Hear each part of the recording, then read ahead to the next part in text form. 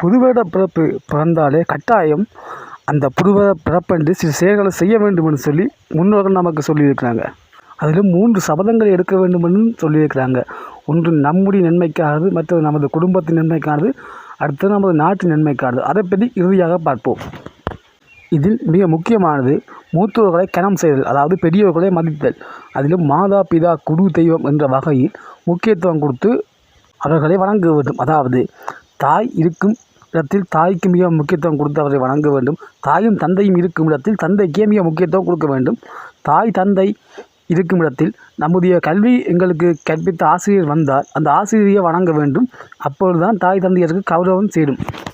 மாறாக தாய் தந்தையர் இருக்கும் இடத்தில் ஆசிரியரை வணங்காமல் தாய் தந்தையரை மட்டுமே வணங்கினாள், அதாவது ஆசிரியருக்கு முன்னால் தாய் தந்தையரை வணங்கினால் அது ஆசிரியரை அவமதிப்பது போலாகும். அதாவது குருவை அவமதித்தின் செயலாக பார்க்கப்படுகின்றது. மாறாக தாய் தந்தையரும் ஆசிரியரும் இருக்கும் இடத்தில் ஆசிரியருக்கே முக்கியத்துவம் கொடுக்க வேண்டும். அதேபோல் தாய் தந்தையர்கள் ஆசிரியர்கள் இருக்கும் இடத்தில் கோயிலுக்கு சென்றோம் என்றால் அங்கு கோயிலுக்கு உள்ள கடவுளுக்கு தான் மிக முக்கியத்துவம் கொடுக்க வேண்டும். அந்த இடத்தில் தாய் தந்தையரையோ குருவையோ கும்பிடக்கூடாது. இந்த புதுவருட பிறப்பு மிக முக்கியமாக கடைப்பிடிக்க நமது முன்னோர்கள் வலியுறுத்தியது என்னவென்றால் கைவிசேஷம் வாங்குதல். அதாவது நாம் யாரிடம் கைவிசேஷம் வாங்க வேண்டும், முதல் கைவிசேஷம் வாங்க வேண்டும் என்றால் ஒரு ஆன்மீகத்தில் நாட்டமுள்ள ஒரு ஆன்மீகத்தில் உச்சம் பெற்ற ஒரு வயதில் மூத்த ஒருவரிடம் தான் தாங்கள் முதலாவது கைவிசேஷம் வாங்க வேண்டும். அந்த நபர் அமைதியான வாழ்க்கையை வாழ்வதாக இருக்க வேண்டும் என்று நமது முன்னோர்கள் சொல்லியிருக்கிறார்கள். அடுத்து நம்முடைய உணவு பழக்க வழக்கத்தை சொல்கின்றேன். அதாவது இன்றைய நாளில், அதாவது புதுவருட பிறப்பன்று நாம் பின்பற்ற போகும் உணவு பழக்க வழக்கங்களை அடுத்த புதுவருட பிறப்பு வரைக்கும் பின்பற்ற வேண்டும் என்று முன்னோர்கள் நமக்கு சொல்லியிருக்கிறார்கள். அதில் முக்கியமான விடயம் என்னவென்றால், நம் வீட்டில் மிருகங்கள் வளர்க்கிறோம் என்றால், நாய் பூனைகள் ஆடு மாடுகள் வளர்க்கிறோம் என்றால் அவர்களுக்கு உணவு கொடுத்த பிறகுதான் நாம் சாப்பிட வேண்டும்.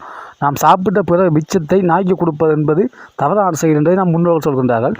அதே நேரத்தில் நம் வீட்டில் மிருகங்கள் குடிப்பதற்கு பாத்திரம் இருக்க வேண்டும். மிருகங்கள் குடிப்பதற்கு பாத்திரம் இருக்க வேண்டும். தேவைப்பட்டு அது பறவைகளும் வந்து குடிப்பார்கள். அத்தகைய நண்பர்களே, இந்த புதுவருட பிறப்பு தான் ஒரு விடயத்தை சொல்லிக் கொண்டிருக்கிறேன். தமிழர்களுக்கான ராசி என்றது மேடு ராசியாக பார்க்கப்படுகின்றது.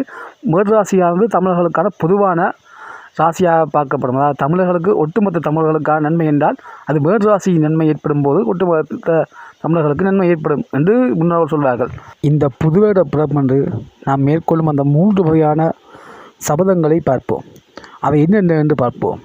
முதலாவது சபதம் நமக்கானது, அதாவது நம்முடைய நன்மைக்காக நாம் இந்த புதுவருட பிறப்பில் தொடங்கி அடுத்த புதுவருட பிறப்பு வரை பின்பற்ற வேண்டும் அந்த சபதத்தை. அதேபோல் குடும்பத்தின் நன்மைக்காகவும் ஒரு சபதத்தை எடுக்க வேண்டும். அடுத்தது நமது நாட்டின் நன்மைக்காகவும் ஒரு சபதத்தை எடுக்க வேண்டும்.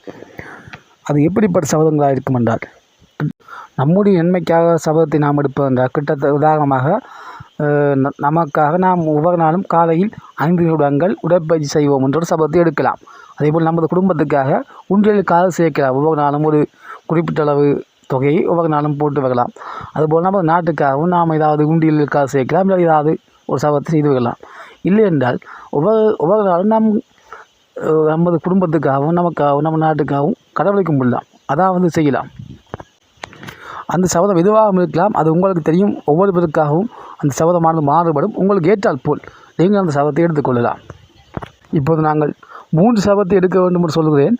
சில நேரங்களில் உங்களால் அடுத்த புதுவருட பிறப்பு வரைக்கும் இந்த 3 சபதத்தையும் பின்பற்றக்கூட முடியாமல் போகலாம். சில நேரம் ஒரு சபதத்தையாவது நீங்கள் அடுத்த புதுவருட பிறப்பு வரைக்கும் நீங்கள் பின்பற்றக்கூடிய சந்தர்ப்பங்கள் இருக்கின்றது. இந்த விடயத்தில் இந்த புதுவருட பிறப்பன்று நம் முன்னோர்கள் ஒரு விடயத்தை வலியுறுத்துகிறார்கள். அதுதான் மூத்தோரை கனம் பண்ணுதல். ஏன் மூத்தோரை கனம் பண்ண வேண்டும் என்றால், மூத்தோரை கனம் பண்ணுவது என்பது மூத்தோர்கள் அனுபவம் மிக்கவராக இருப்பார்கள். அவர்கள் நமக்கு பாதைகளை வழிகாட்டி விடுவார்கள். அதாவது ஒரு இடத்திற்கு நாங்கள் செல்கின்றோம் என்றால் அங்கே ஒரு பள்ளம் இருக்கின்றால் முன்னோர்கள் ஏற்கனவே சென்றிருப்பார்கள். அவர் சொல்லுவார்கள், இந்த இடத்தில் போனால் பள்ளம் இருக்குன்னு சொல்லி நாங்கள் அந்த இடத்தை விட்டு வேறு பாதையாக செல்லக்கூடியதாக இருக்கும். அதே முன்னோர்களின் அந்த அறிவுரைகள் கேட்டு வாழ்வது நமக்கு நன்மையை தரும். அதே நேரத்தில் முன்னோர்களுடன் நாங்கள் விவாதிக்கக்கூடாது, தேவையில்லாமல் சண்டை பிடிக்கக்கூடாது, அவரை எதிர்த்து பேசக்கூடாது என்பதையும் இந்த புதுவருட பிறப்பன்று முன்னோர்கள் நமக்கு வலியுறுத்துகிறார்கள். என்றால் எந்த இடத்தில் சண்டை சச்சரவு இல்லாமல் இருக்கோ, இந்த இடத்தில் அமைதி இருக்கோ, அந்த இடத்துல முன்னேற்றம் பெறும் என்று சொல்வார்கள். நன்றி நண்பர்களே.